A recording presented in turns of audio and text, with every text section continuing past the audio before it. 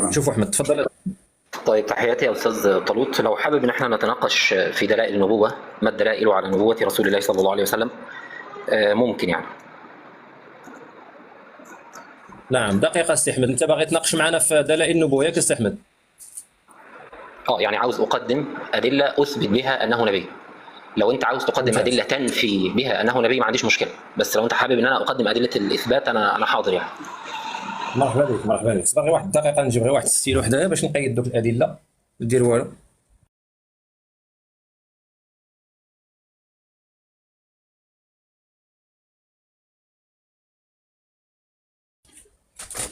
دونك السي احمد، قبل ما نديروا هذا النقاش، انت لعلك ديجا تناقشت مع الاخوان كنظن ياك؟ انت محترف في النقاش. انا لقيت ورقه وقلم. السي احمد كتسمعني؟ انا سامع. ممتاز. انت ديجا محترف في النقاشات، يعني ماشي زعما انسان مبتدئ، عارف يعني كيفاش الامور غاديه والتفاصيل الى اخره. هل تريد ان تقاعد لهذا؟ انا نبدا معك من الصفر. هل عندك شي شروط في هذا النقاش تريد ان تقاعد للمساله ولا ندخل انا ديريكت ارى ان احنا ندخل في الموضوع مباشره، ولو احتاجنا لتقعيد حاجه نقعدها، ربما نكون متفقين بدون ضياع وقت يعني.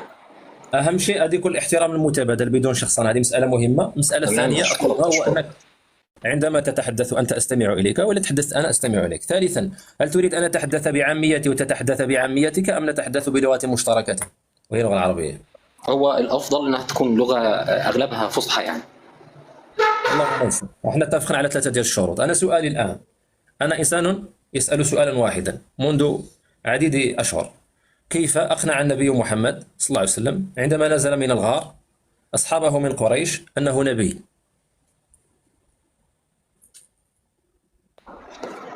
هو لم يلقهم بعدما نزل من الغار مباشره، وبالتالي انا اطالب بتغيير السؤال: كيف اقنع اصحابه انه نبي؟ والاجابه من خلال المعجزات التي قام بها. لا، السؤال هو كالتالي: عندما ادعى النبوة في بداية أمره، في بداية دعوته، أنت تتفق معي أن دعواه كانت مصحوبة ومدعومة بدلائل، أليس كذلك؟ بلى. أحسنت. أنا أريد أن أعرف هذه الدلائل. رقم 1، ما هو الدليل الأول؟ الذي أقنع به كفار يوم ذاك، ولا الذي يقنعنا به اليوم؟ كفار يومئذ المعجزات الوقتية.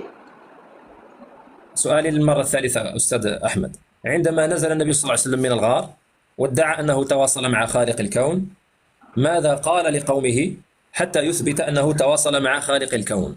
أنا أجبت وسأكرر: لم يلق قوما، إنما ذهب لداره، إنما لقي قوما بعدها بفترة. نعم بفترة، يعني بعد ساعة، ساعتين، نهار، يومين، أسبوع، أسبوعين، لا يضر. لا. هذه المدة لا تضر. بعد أشهر. بعد أشهر لا يضر. ماذا قال؟ كيف، أنا نسهل عليك، كيف أقنع أبا جهل بالإسلام؟ ماذا قال لأبي جهل حتى يقنعه بالدخول الإسلام؟ أبو جهل وعتبة بن ربيعة وشيبة بن ربيعة والوليد بن عتبة فعل معهم 3 أشياء. الشيء الأول دليل إلزامي، لما قال لهم: إن أخبرتكم أن خيلا خلف هذا الوادي تريد أن تغير عليكم أكنتم مصدقين؟ قالوا: نعم، ما جربنا عليك كذبا قط. فاحتج عليهم بدليل الصدق، واحتج عليهم بالمعجزات الوقتية فشق لهم القمر، واحتج عليهم بمعجزة القرآن أن يأتوا بمثله. يعني عندنا أولا دليل الصدق، عندنا دليل القرآن، وعندنا دليل القمر، صحيح؟ القمر وأخواته، بس أبرزهن القمر يعني. أنت أعطيتني 3 معجزات أو 3 دلائل، أيهما تحب أن نناقشه ابتداء؟ سورة من مثله. سورة من مثله، ممتاز. يعني هو قال لهم: ائتوا بسورة مثل هذا القرآن، إذا لم تأتوا إذن أنا نبي. هذا أقوى دليل. يعني جاء النبي صلى الله عليه وسلم عند قومه فقال: هل هذا الإعجاز القرآني هو إعجاز في شموليته، يعني ككل القرآن؟ أنا تحدثت مع أناس أخر يقولون بأن الإعجاز يكون إما، يقسمون، يقول لك يكون إما في القرآن جملة، يعني تأخذ القرآن كاملا وهو معجز في كليته، أم يمكن أن نلحظ هذا الإعجاز في جزئياته وفي صوره القصيرة.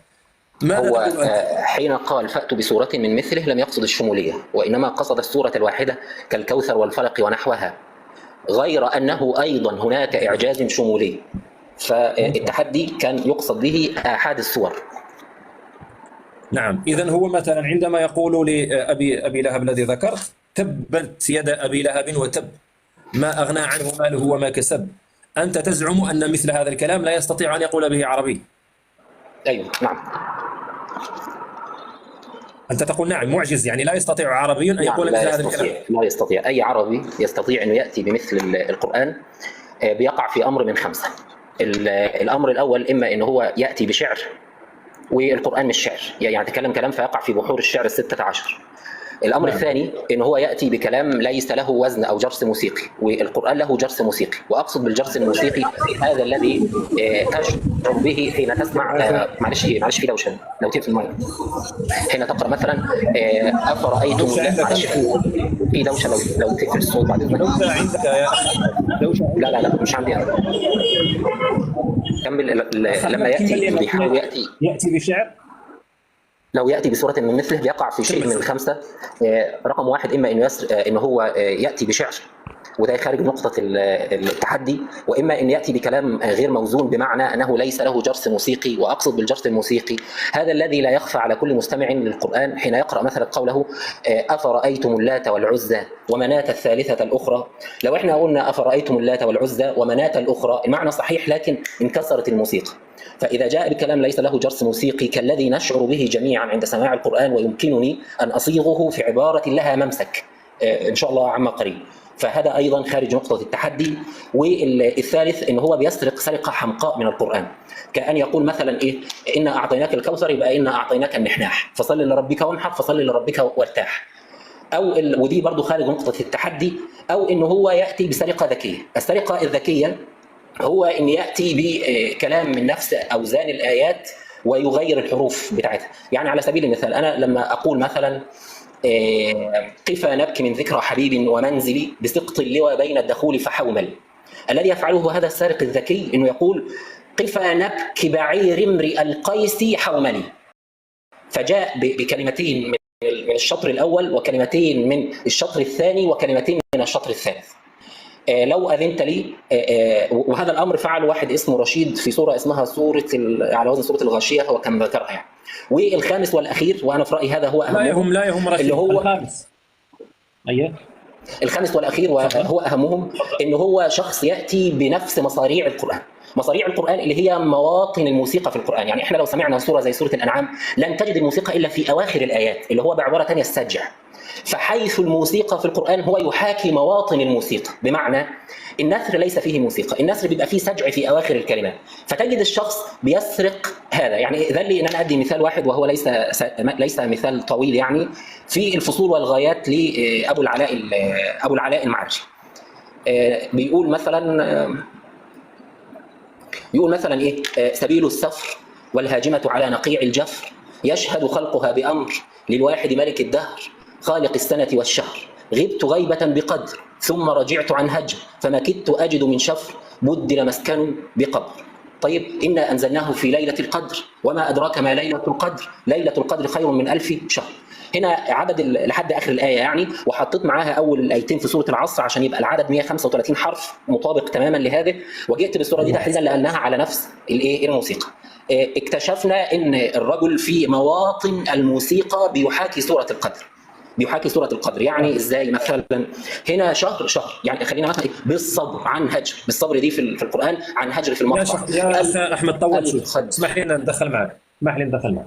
انا سمعت هذه الخمس نقاط التي استنتجتها من القرآن، انت استنبطتها من القرآن، يعني قرأت القرآن واستخرجت منه هذه القواعد، ولم يأتي القرآن في الأصل كي يستجيب لهذه القواعد يعني سلفا. يعني نزل القرآن ثم جاء أحمد وجاء علماء أحمد فاستنبطوا واستنتجوا من القرآن هذه الأمور الخمسة التي ذكرت. ليس بشعر، كلام موسيقي، لا يجب أن يكون مسروقا سواء سرقة ذكية أو غبية، ويجب أن يكون فيه سجع. بعيدا عن كل الذي جئت به، ويجب أن نزل وليس قبله ونبي أنا آسف على المقاطعة، أنا آسف في كلمة واحدة بس، ويجب ألا يحاكي أواخر الآية، المحاكاة سرقة أواخر الآية. أنت تحدثت في النقطة الثالثة والرابعة عن السرقة، مهما كانت هذه السرقة محاكاة ذكية غبية هذه تعتبر سرقة. هذا كله أنت استنتجته أو علماؤك استنتجوه بعدما نزل القرآن. هل عندما، سؤال خفيف ظريف، عندما جاء محمد بهذا الادعاء هل أعطاهم هذه الشروط حتى يستجيبوا لها؟ أقصد قومه من قريش. لا لا، لم يعطهموها. لم يعطيهموها. زين. هذه مشكلة أساسية، لأن أنت لما تعطي تحدي لأشخاص من الأفضل أنك تعطيهم ها اللي خاص يكون في التحدي حتى نقبل تحديك.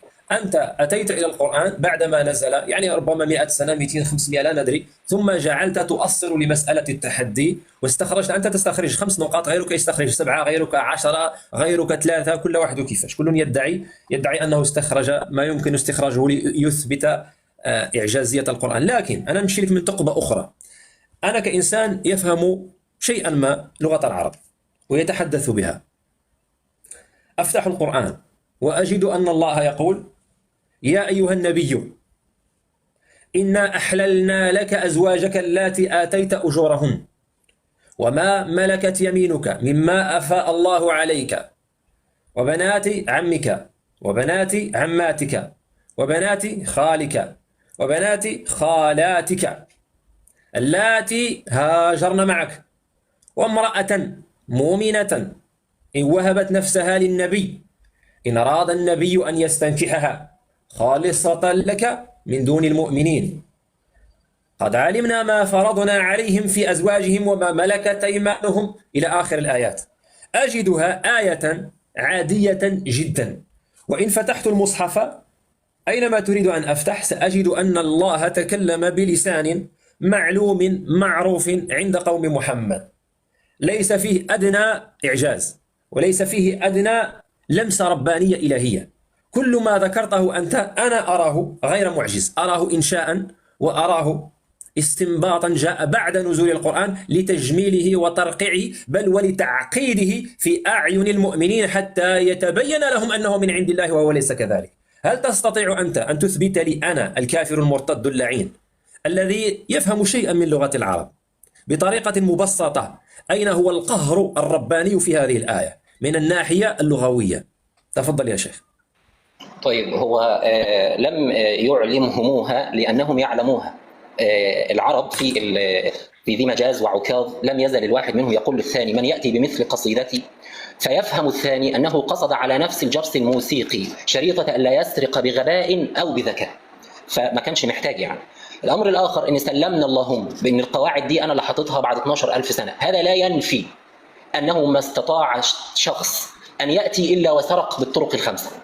فإما إن المقابل يكسر هذا التحدي بأن يأتي بصورة من مثله ليس فيها واحدة من الخمسة، وإما التحدي يبقى قائم فهل أنتم مسلمون؟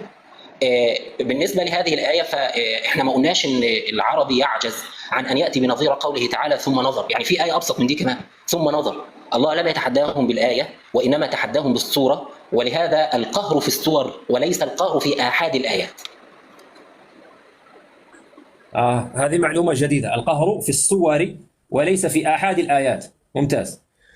نحن سنأخذ مثل هذه النقط الخمسة التي ذكرتها وسنسقطها على مغنية جزائرية معروفة تقول: شلاغمك دقوني حشمت نقول لك، شلاغمك دقوني حشمت نقول لك.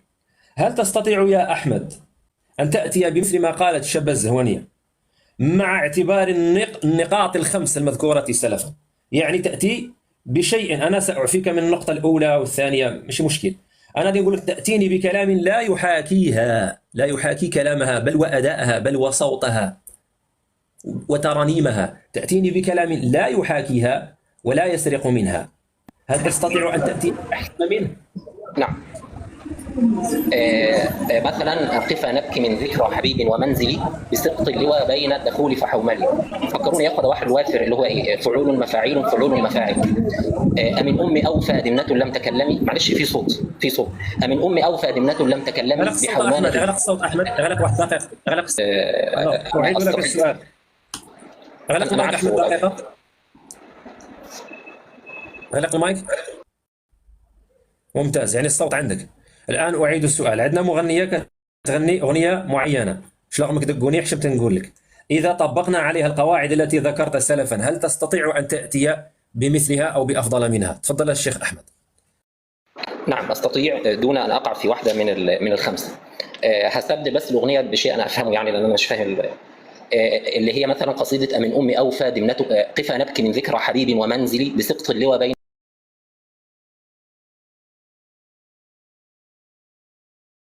قيس وقال: من يأتي بقصيدة من مثله. هيقف زهير ويقول له: أمن أمي أوفى رمنة لم تكلمي بحومانة الدراج فالمتثلم. على نفس الموسيقى بحر الوافر، فعول مفاعيل فعول مفاعل، وفي نفس الوقت لم يسرق، فالكلام ليس على نفس الروي. بخلاف مثلا لو قلت، أرجو تنتبهوا للنقطة دي يا جماعة، لو قلت مثلا قطتي صغيرة واسمها نميرة، لو أنا الآن قلت وزتي قصيرة واسمها أميرة، دي سرقة قولا واحدا، هي دي اللي انا اقصدها بالمحاكاه. فلو قلت: قف نبكي من ذكرى حبيب ومنزلي، وقلت: امن امي اوفى دمنه لم تكلمي، وقلت البيت الثالث ده بتاعي انا اللي اخترعته: اتى يعطي من دنيا خسيس ومقرف، الاولى مماثله بلا سقوط في واحده من الخمس، اما الثانيه فسرقه. ازاي؟ قف نب اتى يعطي من ذكرى يا من شيخ يا شيخ، دنيا. لا مشيئك. أنت لا تتحدث عما أتحدث عنه، أنت تتحدث عن كلام إلهي رباني. هذا الحساب الخاوي ما خدامش، قيف با كذا والحروف السبعة وتبدا تشوف الفعلانة ما خدامش. أنت تتحدث عن كلام إلهي رباني نزل من فوق 7 سماوات. الأصل فيه أن يكون قاهرا. اللمسة الربانية يجب أن تكون ظاهرة، لا حاجة لأن ندخل في تفاصيل مثل ما تفعل أنت الآن.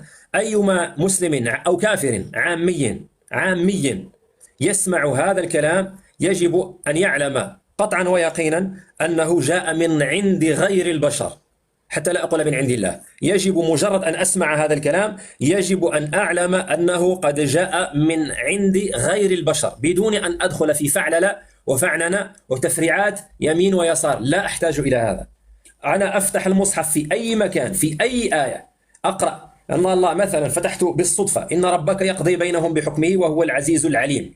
هل هذا عندما أقرأ أنا كإنسان يفهم إلى حد ما اللغة العربية، هل هذه الآية أفهم من خلال قراءتها أنها من غير كلام البشر؟ إن ربك يقضي بينهم بحكمه وهو العزيز العليم، فتوكل على الله إنك على الحق المبين، إنك لا تسمع الموتى ولا تسمع الصم الدعاء إذا ولوا مدبرين. أين هو القهر الرباني؟ هذا هو السؤال، بدون فعل وبدون دخول في تفاصيل. لا، مجرد الدخول في هذه التفاصيل التي ذكرت تسقط ألوهية هذا النص. أنا أقرأ عليك في أي مكان شئت في المصحف، لا ألمس اللمسة الربانية. كيف ستجيبني عن هذه المشكلة؟ تفضل يا شيخ. طيب، هو إما أن يوضع لفظة من مثله في عبارات لها ممسك، وإما لا. فإذا أنا أردت أن أنا أضع لها عبارات لها ممسك تستطيع أنك تحاكمني إليها. لكن إذا لم ترد أنت ولم تشأ أن إحنا نضع تفاصيل 5 ثم نفصل في التفاصيل، وتعتبر أن وضع معايير واضحة منضبطة علامة على اللا ربانية، فأنا ما عنديش مانع. أنت عاوز أن بمجرد السماع تقول لا ليس ما هكذا. أعظم هذا. نعم، كما زعمتم في رواياتكم. نعم، إن عليه لطلاوة، تقولون هذا، يذكرون إن أصحاب بمجرد ما أسمعه ما أعظم هذا من عند غير البشر. المشكلة في هذا الأمر إنها بتعتمد على الذوق اللغوي، ولا يخفى على الجناب المكرم إن جنابك مش عربي، فالمشكلة هتبقى في جنابك. فحتى نخرج من هذه الديلامة في مال الإشكال. نبقى في هذه الجزئية. أنا لست عربيا. حاضر يا شيخ أحمد، دقيقة لقطة كلمة. أنا لست عربيا. أنا أفهم من كلامك أن ذوقي لا يرقى أن يفهم كلام الله عز وجل، أو أن على الأقل يتذوق كلام الله. هكذا تريد أن تقول؟ بل أقصد أن ذوقك لا يستطيع أن يفرق بين ما هو من أسلوب البشر وما هو مخالف لأسلوب البشر، لأن حضرتك لست ممارس للبلاغة والأدب واللغة نعم، إذا حتى تتذوق كلام الله يجب أن تكون ممارسا للبلاغة والأدب. إذا كنت تقصد بكلمة تتذوق يعني تعرف هل هو من عند الله أم لا. شوف، أنا أعيد كلامك فقط، أنت سهل علي. أنا أكرر كلامك. أنت تقول أنا لست عربيا، رغم أنني أحدثك بلسان عربي فصيح بين. أحدثك بلسان عربي بين، ومع هذا تقول أني لست بعربي. أوكي، أنا لست بعربي، أنا أمازيغي. ثم بعدها تقول يجب أن تكون مارست البيان والبلاغة والأدب حتى تتذوق كلام الله. هذا ما تقصد يا شيخ؟ قبل أن أجيب أريد أن أنوه المستمع الكريم أن هذا الرد اللي أنا برده الآن هو بعد ذكر قواعد لها ممسك، حتى لا يظن ظان أنني أعطيه سمكا في ماء أو شيء ليس له ممسك. قد ذكرت ما له ممسك سليم عليه. خليني أرد يا شيخ، أنت تقول أعيد لك السؤال حتى يسمع. لا لو سمحت ما تكررش. لا ما تكررش بعد إذنك. دعني ليه أدعك فيه؟ أنت بتكرر طرحك 3 مرات ليه؟ أنا سمعته وهجاوب عليه. شوف، أنا أقرأ من جنابك كلام الله ولا أجد فيه صلة برب هذا الكون، كيف سنحل هذه المعضلة؟ تفضل. السبب ان جنابك لا تفهم شيء في اللغه العربيه يجعلك تفرق بين ما هو من اسلوب البشر وما هو من اسلوب غيره. لو انا سالت حضرتك في علامات الاسم والفعل والحرف تعرف تجاوب؟ ايه هي علامات الاسم والفعل نعم. والحرف؟ ما هي علامات الاسم والفعل والحرف؟ اول درس في النحو. مزيان. دابا حتى أفهم كلام القرآن يجب أن أفهم علامات الاسم والفعل والحرف، هذا هو لا. المقصود. لا. يجب حتى تفهم، حتى تتذوق. لا. سمع معي نقطة الشيخ أحمد، دقيقة. ولا حتى تتذوق. أنا أريد فقط يا شيخ أحمد، أنا أريد فقط أن أفهمك فقط. أنا لا أطرح أي شبهة الآن وأي سؤال، فقط أريد أن أفهمك. جهله هذا يحجبه عن تذوق بلاغة القرآن وعربيته الإلهية، هكذا تقول، صحيح؟ هي الكلمه يبدو لي والله اعلم انها قريبه من مقصودي، فلهذا زياده ضمان ساستعمل اعبر عن مقصودي بعبارتي. جهل الجناب المكرم يعجزه عن التفرقه بين ما هو بشري وما هو غير بشري. ممتاز. إذن هل القرشيون سلفا كانوا يفرقون بين ما هو بشري وما هو غير بشري من القرآن، مع العلم أنهم كانوا هم أصحاب اللسان وأصحاب اللغة؟ تقصد هل ورد لنا نصوص عبروا فيها عن هذه التفرقة؟ أم تقصد يا أنهم شيخ في سؤالي قلوبهم؟ واضح جدا. بالنسبة لي مش واضح، فدعني أستفسر. أنا أعيده. تقصد أين النصوص التي ذكروا فيها هذا أغلق الفرق؟ المايك حتى تسمع، ما دام غير واضح اسمع حتى يظهر. أنت تقول لي أنت يا طالوت تجهل علامات الجزم والرفع وتجهل البلاغة وكل ما هنالك من كلام اللغة، إذن هذا يستلزم أنك لن تفهم القرآن، لن تتذوقه، ليست لك الملكة أو الآلة يا شيخ، لا تستطيع، ليس لديك الآلة أو الآلية حتى تفرق بين ما هو كلام الله وما هو كلام البشر. أنا الآن أسألك سؤالا واضحا، القرشيون الذين نزل فيهم القرآن هل كانوا يفرقون بين كلام البشر وبين كلام الله بحكم أنهم هم أهل اللغة ويعلمون كل القواعد التي ذكرتها سلفا؟ تفضل. طيب، كلمة هل كانوا يفرقون تقصد هل كانوا يفرقون ووصلتنا تفرقتهم أم كانوا يفرقون ووصلتنا أم لم تصلنا؟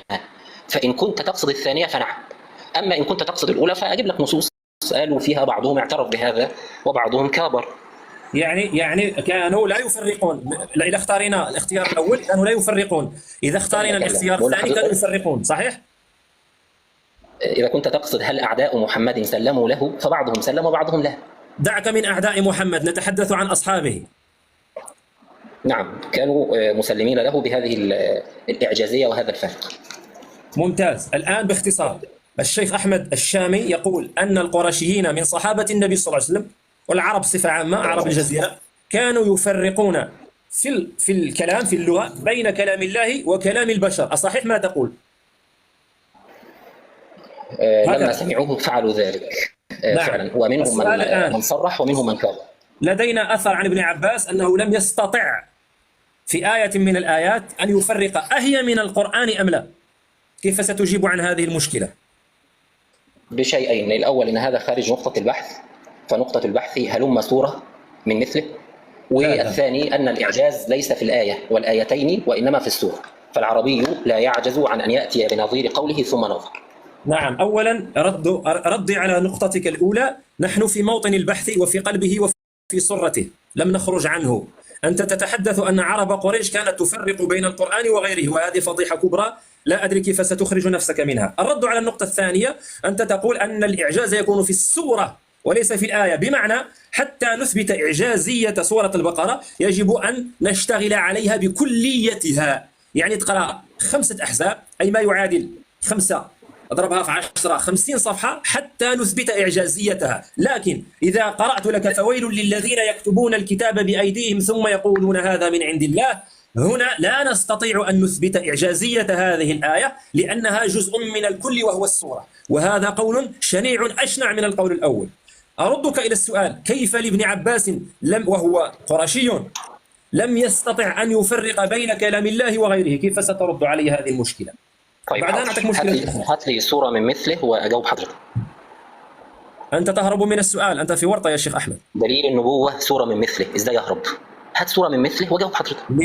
يا شيخ لا يا شيخ يا شيخنا أنت دليل النبوة ذكرت سورة أن من العرب تفضل هات السورة وجاوب. كررش لو سمحت، أنت كررش في ورطة كررش كبيرة الله يحفظك جدا. رجاء مفهوم. شيخ أحمد، لديك الجواب أم ليس لديك الجواب؟ طيب يبقى النقطة دي انتهت. تسمح لي نتكلم في دليل انتهت. النبوة تاني ولا حابب نعم تناقش في موضوع نعم ابن عباس؟ انتهت لأنك لم تستطع أن ما تثبت فيش مشكلة، الحكم للمستمع، أن ما فيش عرب، مشكلة. اسمح لي يا شيخ أحمد، لا مشكلة كبيرة جدا، مشكلة كبيرة سنسجلها. أنت ذكرت وزعمت أنني لا أستطيع أن أتذوق عربية القرآن لأنني ضعيف فيها، أنا أسلم لك بذلك، ثم أرجعتك إلى الأصل. اصبر يا صاحبي، اغلق المايك. أكرر لأنك لم تجب، لو أجبت لمررنا إلى غير ذلك من الأسئلة. الآن ابن عباس، اسمح لي، حبر يا شيخ أحمد، حبر القرآن وترجم يا شيخ، يرحم والديك إلى ما تغلق المايك. الله يجازيك بخير، رفع الله قدرك في جنان الخلد الغير موجودة. أنت تقول أن عرب قريش كانوا يفرقون بين هذا وهذا. أنا أعطيتك كونتر اكزومبل، مثال عكسي، لم تستطع أن تجيب عنه. نعطيك مثال آخر.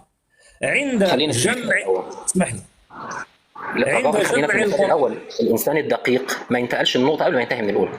فاستأذنك أنا ابن عباس، كيف أنه لم يفرق بين القرآن؟ تفضل. طيب هقول يا جماعه اللي سمعني، هستاذنك يا استاذ طالوت، هوجه سؤال للمحترمين الحاضرين. اللي سمعني قلت يا جماعه، هضر معايا انا الشيخ احمد، هضر معايا انا، تكلم معايا انا. هو له فائده الله يحفظك. تكلم ما يكون خير، تكلم معايا انا، خلي شوف لا تحتكر الفائده يا استاذ طالوت ان حضرتك بتكرر بدون داعي، فانا عاوز اثبت فعلا انه لا داعي، لاني اجبت على هذا. جنابك بتقول اني لم اجب. لماذا ابن عباس يا شيخ الجميع؟ هل تريد ان تجيب على سؤالي ام ننهي النقاش؟ لا، أريد أن أثبت لك أنك تجاهلت الإجابة. أنا كنت حاضر من هنا من ربما أنا تجاهلت الإجابة، أعذرني. سأغلق المايك وسنسمع الإجابة من جديد. لماذا ابن عباس وهو الصحابي حبر الأمة وترجمان القرآن لم يستطع أن يفرق بين ما هو بشري وبين ما هو إلهي؟ أنا سأغلق المايك وسنسمع إجابتك والكل سيسمعها. تفضل. قد أجبت 3 مرات وللمرة الرابعة، لأن الإعجاز ليس في آحاد الآيات، فإن العربي لا يعجز أن يأتي بنظير قوله تعالى ثم نظر، وإنما الإعجاز في جملة السورات أن يأتي العربي بسورة من مثله. دي للمرة الرابعة أكرر الرد. أحسنت. الآن عندي استشكال. نحن لنفترض مثلا عندنا سورة فيها 10 آيات. هل ممكن أن يأتي بشر فيها 1 2 3 4 حتى 10؟ هل يمكن أن يأتي بشر بآية رقم 1؟ الجواب عند الشيخ أحمد نعم. هل يمكن أن يأتي بشر برقم 2؟ نعم. هل يمكن أن يأتي ب3؟ نعم. هل يمكن أن يأتي ب10؟ نعم، لأنها جزء من السورة. والإعجاز لا يشمل أجزاء السور، وإنما يشمل كل السور أو جميع السور. إذن أنت تستطيع أن تأتي بالجزء رقم 1، تستطيع تأتي بالجزء رقم 2، الجزء رقم 3، رقم 4، رقم 5، رقم 10، لكنك كومبارازار بطريقة غير مفهومة نهائيا هذه الأجزاء لا تستطيع أن تجمعها في صورة. لا تستطيع. يمكن أن تأتي بالأجزاء، لكن أن تجمع الأجزاء في صورة هذا لازاروس. صبناك، مرمدناك، تكرفصنا عليك، حطيناك في يوتيوب، صافي تكمش ألزمه بالكوثر. تستطيع أنت أن تلزمني بشيء؟ أنا أفتح المايك وأغلقه يا شيخ أحمد، لا تستعجل. أنا كنعلم واحد السيد باش يتربى ويسكت، قال لك ألزمه. درنا معك مناظرة فيها 1.5 ساعة، ما قدرت تلزمنا حتى بشي حاجة، دونك أنت غادي نستفوا كما استفنا، غادي نستفوا صاحبك تا هو معك تا في يوتيوب. دونك نغلق القوس.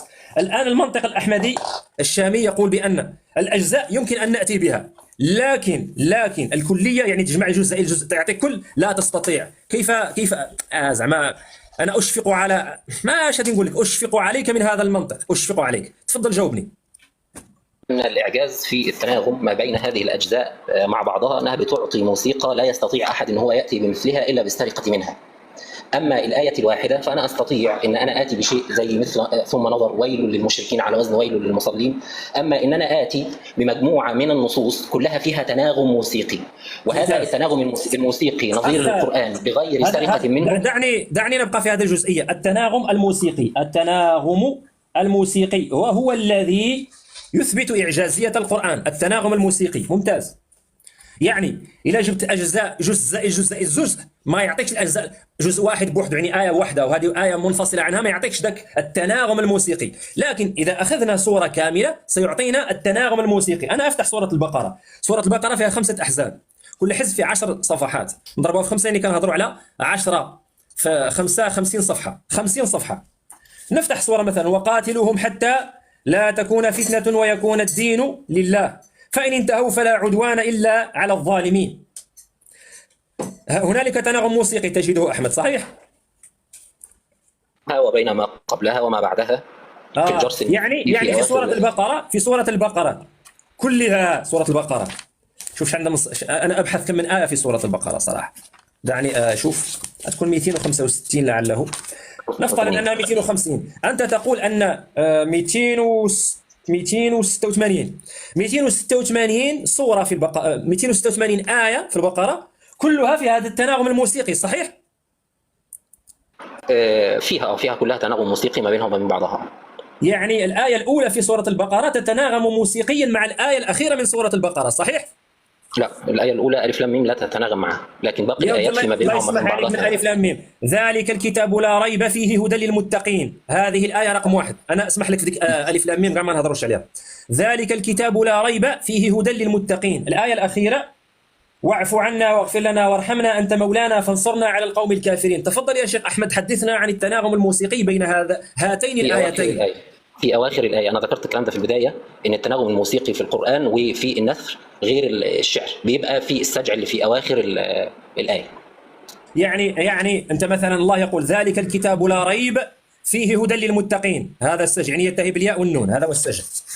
الآن عندنا لا يكلف الله نفسا إلا وسعها لها ما كسبت وعليها ما اكتسبت ربنا لا تؤاخذنا إن نسينا أو أخطأنا ربنا ولا تحمل علينا ربنا وكدمنا إصرار حملته ربنا ولا تحملنا ما لا طاقة واعف عنا واغفر لنا وارحمنا أنت مولانا فانصرنا على القوم الكافرين.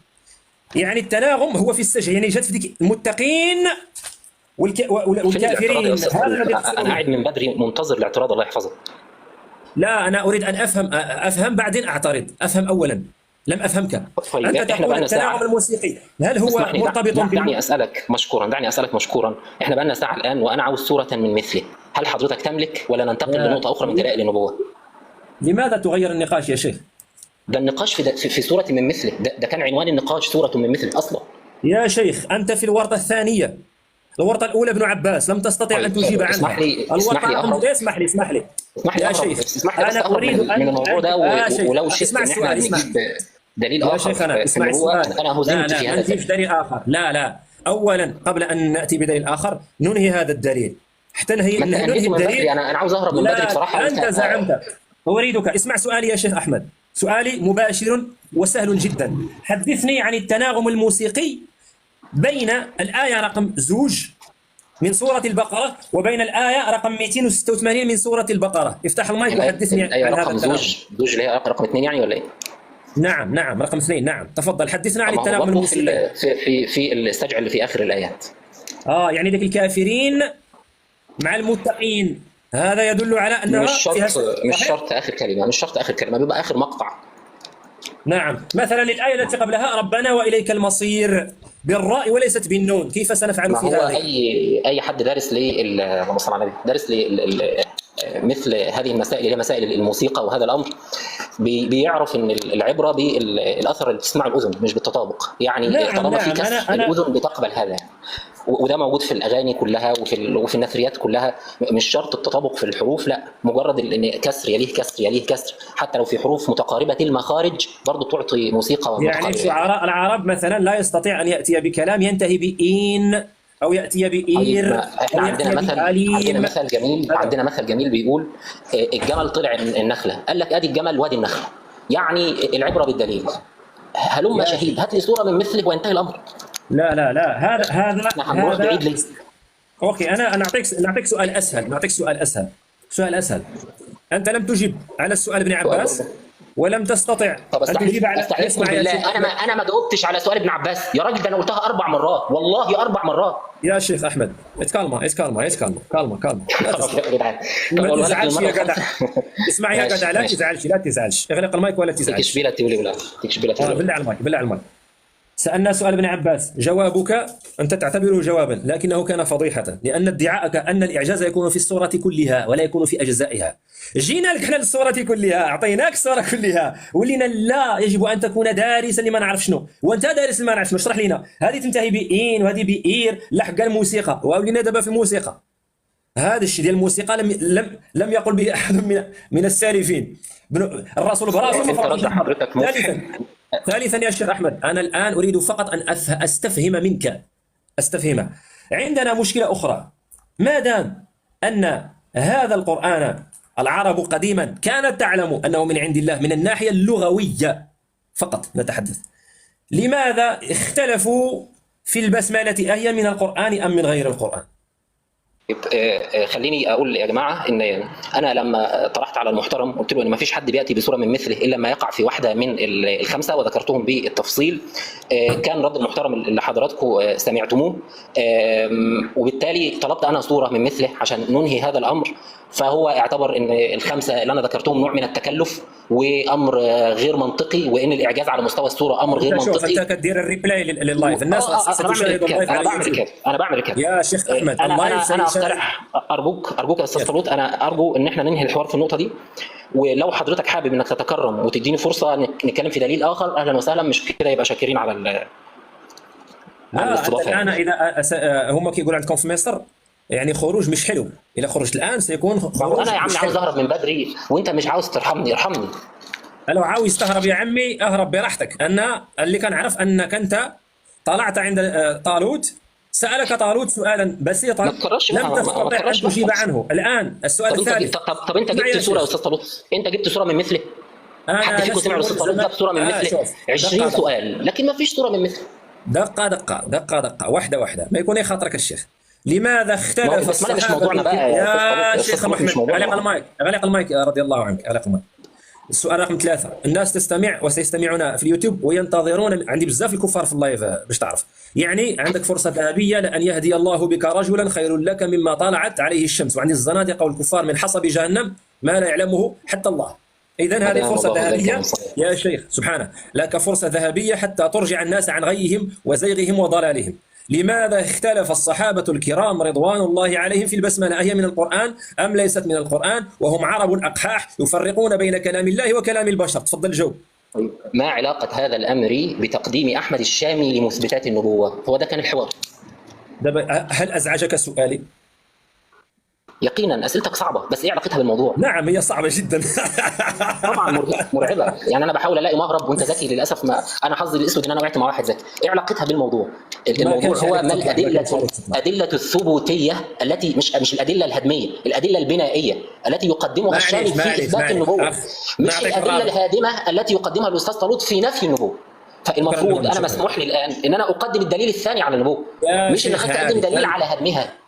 لأنكم يا شيخ أحمد ولفتوا في نقاشاتكم أنكم كتسيروهم بطريقتكم، لكن عندما طحت في العظيم طالوت خربش لك السكريبت. ولهذا دعني سوف صلي على النبي وأغلق المايك.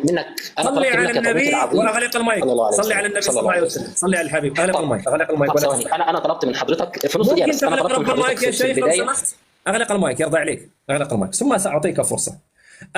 أنا أعلم أنك محترف للنقاشات الإسلامية الكفرية، أعلم.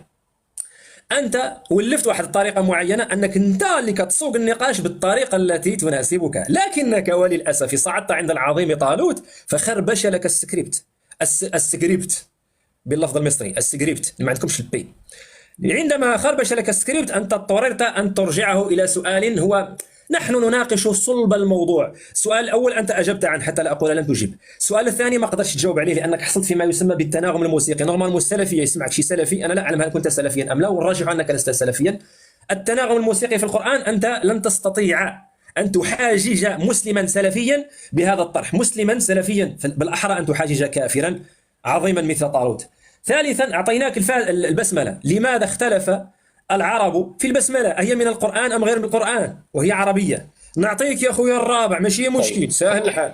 طيب لا نعطيك ثواني يا النقطة استاذ الرابعة. انت إن حضرتك عاوز أجبتها تغير اسمح يا لي، استاذ إن طلوط، أجبت يا حضرتك عاوز شيخنا تغير خليني نطرح الموضوع. السؤال، لا دعني ما هو أطرح عشان السؤال احنا ناس الرابع. ناضجه، احنا ناس ناضجه. حضرتك نعم. عاوز تغير الموضوع من مثبتات النبوه الى هوادم النبوه، والله ما عندي مشكله، بس تقول احنا هنغير الموضوع، لان ممكن كان أجبني على الموضوع ما السؤال. الادله الثبوتيه، عذرا الثبوتيه، فانا اللي مطالب بتقديم الادله. عاوز تغير الموضوع الى ما الادله الهدميه، انا مش معترض وقدم الادله وانا ارد، بس تقول يلا هنغير الموضوع. يلا جاوبني على السؤال، ما تكثرش الهضره، جاوب على خلاص يبقى السؤال. يا جماعه كده الموضوع اتغير. انا كنت طالع اقدم الادله اللي بتثبت ان محمد النبي، مع اول دليل غيرنا الموضوع. لا لا اعتراض بقى حضرتك لا، ايه؟ هذا كلام غير صحيح. ما هذا هو كلام انت ذكرت قول يا الشبهات شيخ. بقى، الشبهات بقى اتفضل قولها، ما فيش مشكله، اتفضل. الشبهه الاولى ايه؟ يا شيخ يا شيخ، لا تستعمل مع الاسلوب التلفي، ان استعملت مع الاسلوب التلفي سينهي النقاش. نحن نستعمل معك اسلوب الكرام والاكارم، ابقى كريما كما اشكرك كرمنا. على حسن ضيافتك. نعم. اشكرك. الاسلوب التلفي ما يمشيش مع طالوت نهائيا. انا ذكرت لك، انت ذكرت ان من اعجاز القران انه جاء بلسان عربي فصيح مبين لا يستطيع احد ان ياتي بمثله. قلت لك اودي انا لا ارى ما تقول، قلت لي انت حمار في اللغه فيما معناه ما تفهمش، قلت لك اوكي انا ما نفهمش. العرب ديال قريش يفهموا ولا ما يفهموش؟ قلت لي يفهموا. اعطيناك الكونتر اكزومبل، المثال المعاكس. هل هذا خروج عن الموضوع؟ الخروج عن الموضوع لو مثلا تحدثت لك عن الماتش الذي جرى بين مصر وبين المغرب مثلا، هذا خروج بعيد لا علاقه. لكن انني اربطك بلسانك هذا ليس خروجا عن الموضوع يا شيخ. اما ان تجيبني عن السؤال او نعطيك مشكل اخر او ننهي النقاش، اختار اللي يعجبك. اربط لي مشكله الاختلاف في البسمله في هدم دليل سوره من مثله. اوكي سهله. انت تزعم ان طالوت لا يفهم العربيه، لا يستطيع ان يتذوق عربيه القران الالهيه. مزيان جبنا لك احنا الصحابه ترضى الله عنهم ورسوله الى يوم الدين، هما براسهم ما فهموش. مشكله، انا الان عندي مشكله اريد منك ان تحلها. لماذا اختلفوا في البسمله؟ تفضل سهله، جاوب بسرعه. يبقى انت تقصد ان لو كان القران فعلا واضح الفارق بينه وبين البشر، لكان كل ايه فيه يمكن بمجرد سماعها ان ترى الله فيها. وانا نفس الشخص اللي قال هنا 5 مرات وقال المره السادسه احفظوها عني ان الاعجاز ليس في احاد الايه وإنما في مجمل السور، فإن العربي لا يعجز أن يأتي بنظير قوله ثم نظر فينفع لا يتخيل أن البسملة آية. ليه؟ لأن العربي لا يعجز أن يحاكي آحاد الآية. وحضرتك اعترضت عليها هنا اعتراض، قلت كيف يمكنه جمع الأجزاء من غير القدرة على جمع الكل؟ فأجبت على الجناب المكرم بأن التناغم لن يستطيع أن يوجده إلا إن سرق من القرآن، فاعترضت علي بالتناغم بآيات البقرة، فذكرت لك محال التناغم في أواخر الآية. نعم أنا سمعتك أنت ذكرت هذا الكلام تكرارا، وعندما أعطيناك مثالا مضادا وأردنا أن نستفهم منك وجه الإعجاز مثلا في اللغة في سورة البقرة، ذهبت إلى التناغم الموسيقي. عندما أردنا مثالا حيا عن التناغم الموسيقي لم نجده، وبهذا أنت في ورطة يا شيخ، لأنك ألزمت نفسك بإلزام لا تستطيع ولن تستطيع أن تثبته وأن تدافع عنه، وبهذا أنت مضطر أن ترجعني إلى نقطة الصفر وأن تلزمني بأن آتي بآية أو بسورة مثل القرآن. أنت تقول أن الإعجاز موجود في الآية، في السورة كاملة، وليس موجودا في الآية. هذا تخبط. لماذا تخبط؟ لأنك أنا شرحت لك قبيله ونعاودها لك. أنت تقول أنك لن تستطيع أن تبني حائطا، نعم. هذا الحائط مكون مثلا من 100 احنا كنقولوا الطوبية، يعني بريك. شنو هي الطوبية؟ يعني الطوبية يعني الياجور. هذا الياجور، تعرف شنو هو الياجور صحيح؟ أجزاء يعني التي يبنيوا بها الحيط. واش عارف الياجور ولا ما عارفوش؟ اللبنة، ممتاز، اللبنة. عندنا مثلا حائط فيه 100 لبنة، أنا أستطيع أن أصنع اللبنة وأن أبني اللبنة، أستطيع ذلك. اللبنة الأولى هل أستطيع أن أصنعها وأن أضعها في مكانها؟ نعم. اللبنة الثانية هل أستطيع أن أصنعها وأن أضعها في مكانها؟ نعم. اللبنة 10 نعم. اللبنة 50 نعم. اللبنة 100 نعم. لكن في نفس الوقت لن تستطيع أن تبني الحائط يا شيخ. لو استطعت أن أبني لبنة أو أصنع لبنة فهذا يستلزم ضرورة وقطعا أنني أبني الحائط. بمعنى أنت تقول أن السورة فيها 10 آيات، إذا استطعت أنا أن آتي بلبنة واحدة أي بآية واحدة ثم آتي بعدها بآية أخرى، ثم يأتي صاحبي بآية ثالثة ورابعة وخامسة. هل هذا لا يستلزم قطعا وضرورة ولزوما أن نأتي بالسورة؟ ما أجيبك. تفضل. لما استطعت أنك أنت تأتي باللبنة الأولى مطابقة لما عندي، استطيع ان انا اقول انك انت اما انك انت سرقت المقياس اللي بيقيس قوالب الطوب، او انك تملك مقياسا، او انه صادف. لا شوف فلما قررت هذا انا لسه ما قلتش حاجه، جزئية السرقة أريد أن أناقش فيها. طب انت عارف انا هقول ايه اصلا؟ لو سمحت اديني فرصه. لا جزئية انت لا ما ينفعش، لا لازم اكمل الكلام كامل. كمل يا شيخ كمل لو سمحت سيدي. فلما تكرر الامر للمره الثانيه والمره الثالثه بان فورا انك لا تملك المقياس، وهنقدر نعرف اما انك في المره الاولى والثانيه كانت مصادفه ولا سرقت المقياس من عندي من الغرفه. فالشخص يستطيع ان يحاكي اول ايه، يستطيع ان يحاكي ثاني ايه، ويكون هذا الامر بالتقارب او بالسرقه، يعني بالمقاربه او بالسرقه، لكني لا استطيع ان انا اتهمه بالسرقه لمجرد التشابه مره، فان التشابه مره قد يكون تشابه عارض. فلو تكرر هذا الامر هنستطيع بمحاكاه الروي ان انا اعرف ان انت سارق من القران. يعني ايه محاكاه الروي؟ اللي انا كنت لسه هعمله فهو تجنبه، اللي هو التفعيلات. ممتاز، انا فهمتك. اذا انا استطيع ان اصنع اللبنه، لكن بشرط ان تكون اللبنه فيها مقاربه او سرقه، هكذا تقول. نعم، وإذا تكرر الأمر كثيرا هنكتشف أن هي سرقة. عشان كده لا نستطيع اتهامك مع الآية والآيتين، لكن سنكشفك فورا في السورة، ستنكشف فورا في السورة. لن تستطيع أن تكشفني في الآية، لم تستطيع أن تكشف المقاربة والسرقة في الآية، لكن تكتشفها في السورة.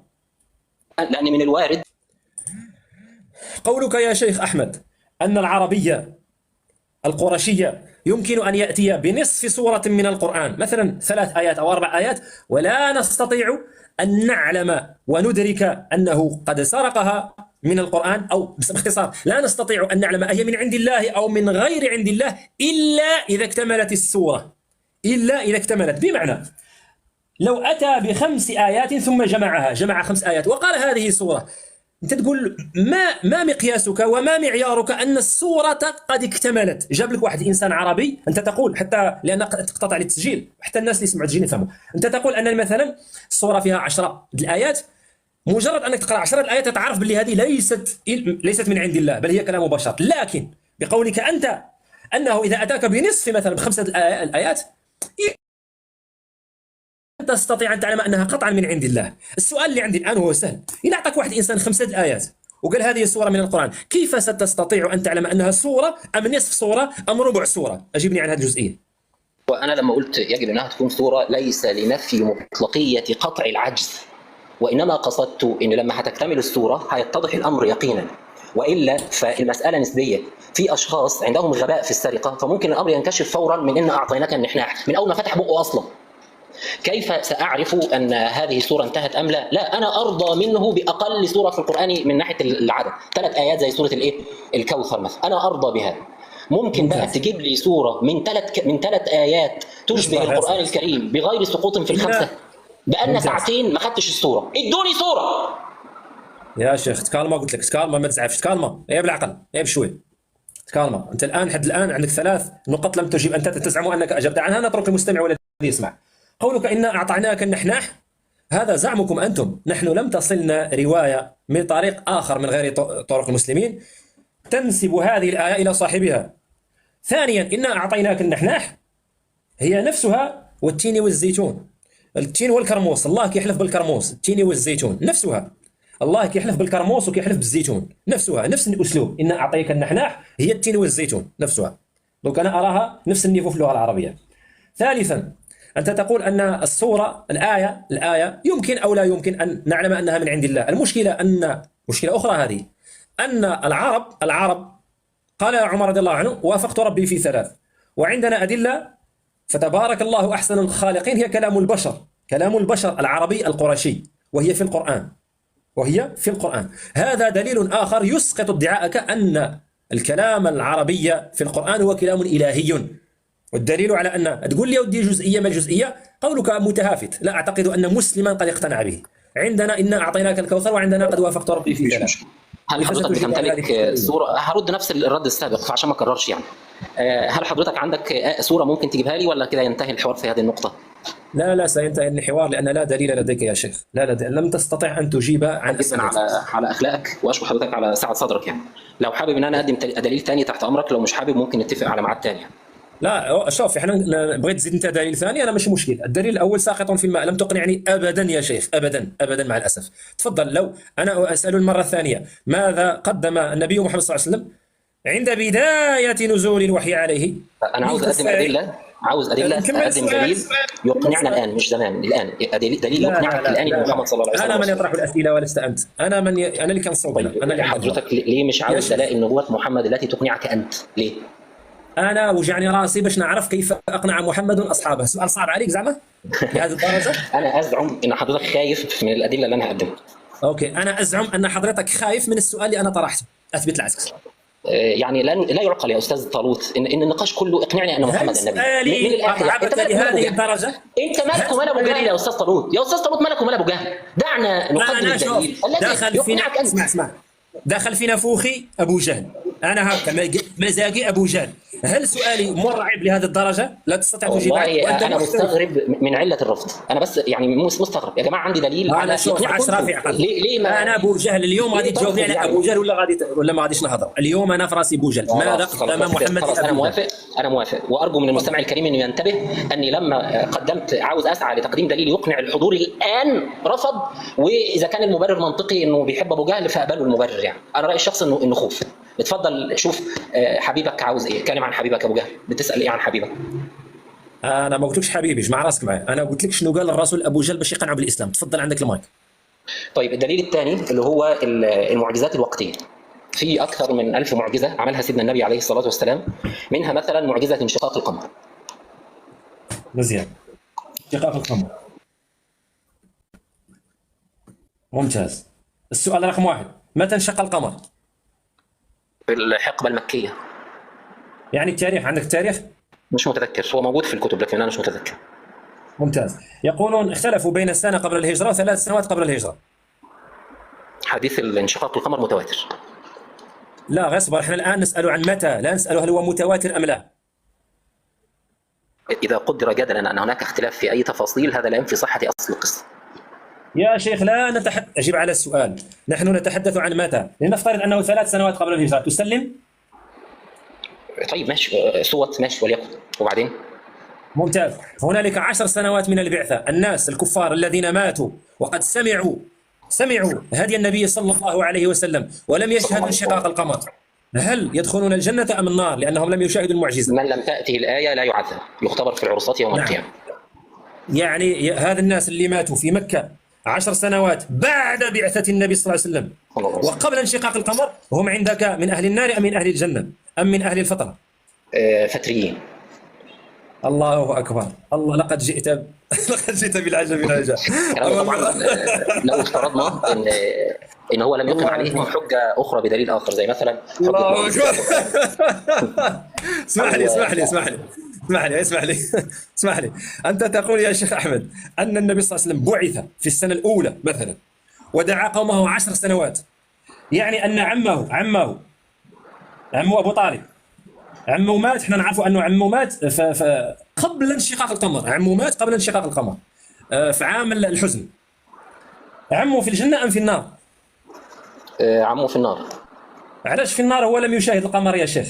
يبقى أقيمت عليه الحجة بالدليلين الثانيين، اللي هو دليل فأتوا بسورة من مثله، ودليل أكنتم مصدقية قالوا نعم ما جربنا عليك كذبا قط.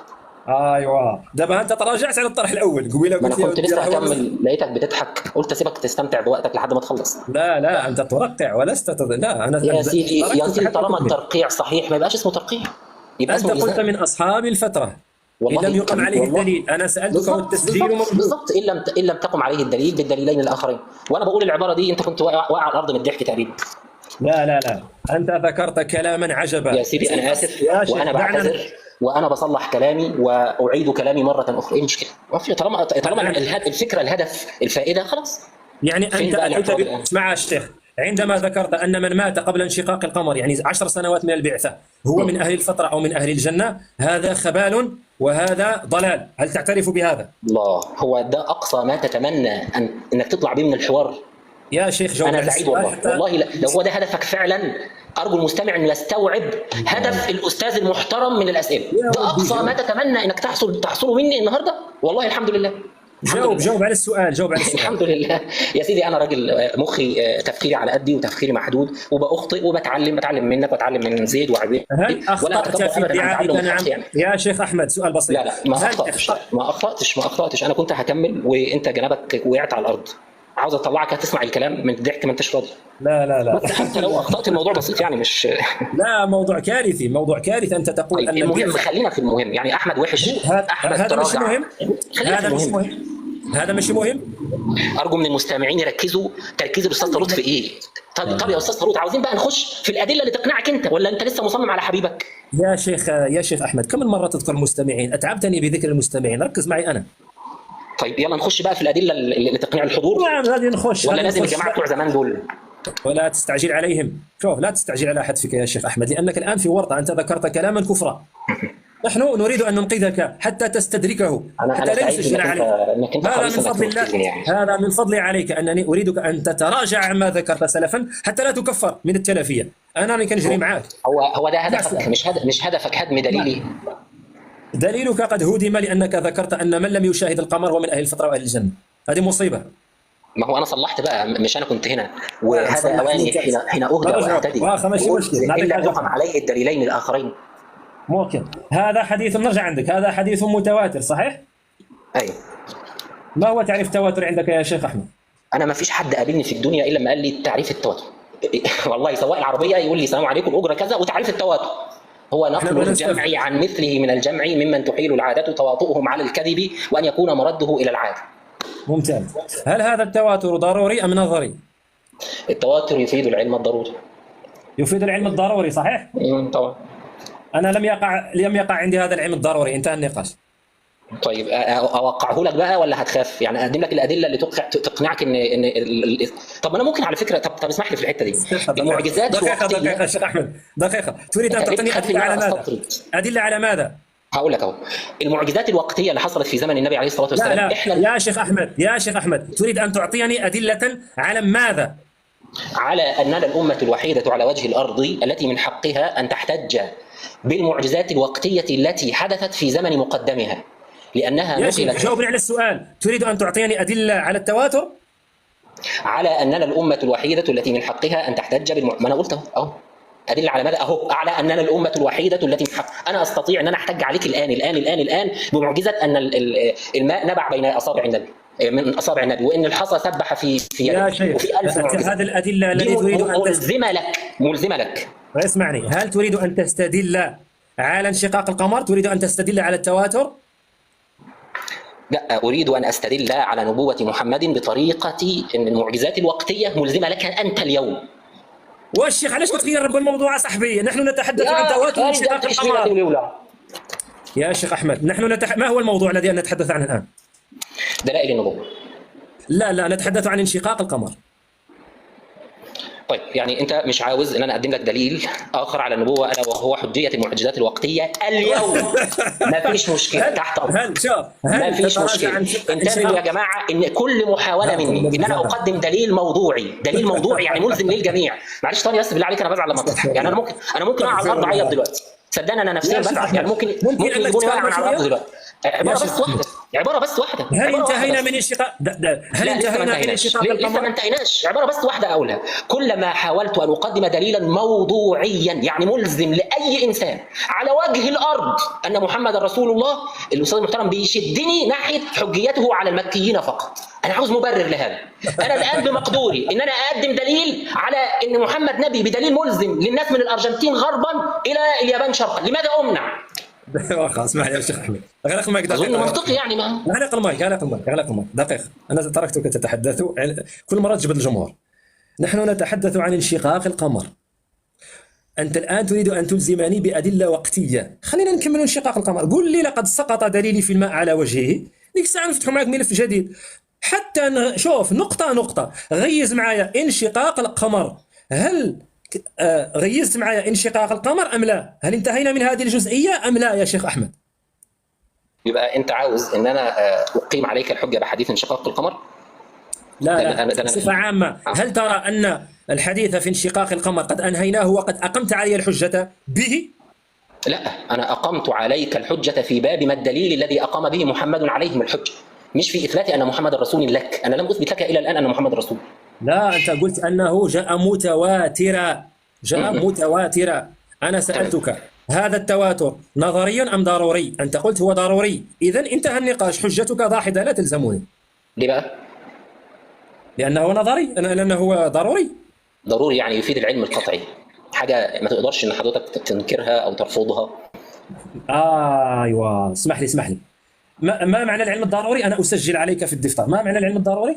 هو شيء لا يحتاج إلى كثير نظر، يدرك بدون النظر، يعني بدون إذا كنت تبحث في المسألة بتبقى مسألة كده معروفة لها. أنا أكتب يا شيخ، أنت تكثر الكلام وأنا لا أستطيع أن أكتب كل هذا. أنا اللي بكثر الضروري هو اسمع لي، الضروري هو الذي لا يحتاج إلى كثير نظر، صحيح؟ بالضبط. إلى كثير نظر، هكذا الضروري. يا سيدي لا يحتاج إلى نظر، ما تركزش في يا سيدي علمني إيه المشكلة. المهم يعني خليك المهم.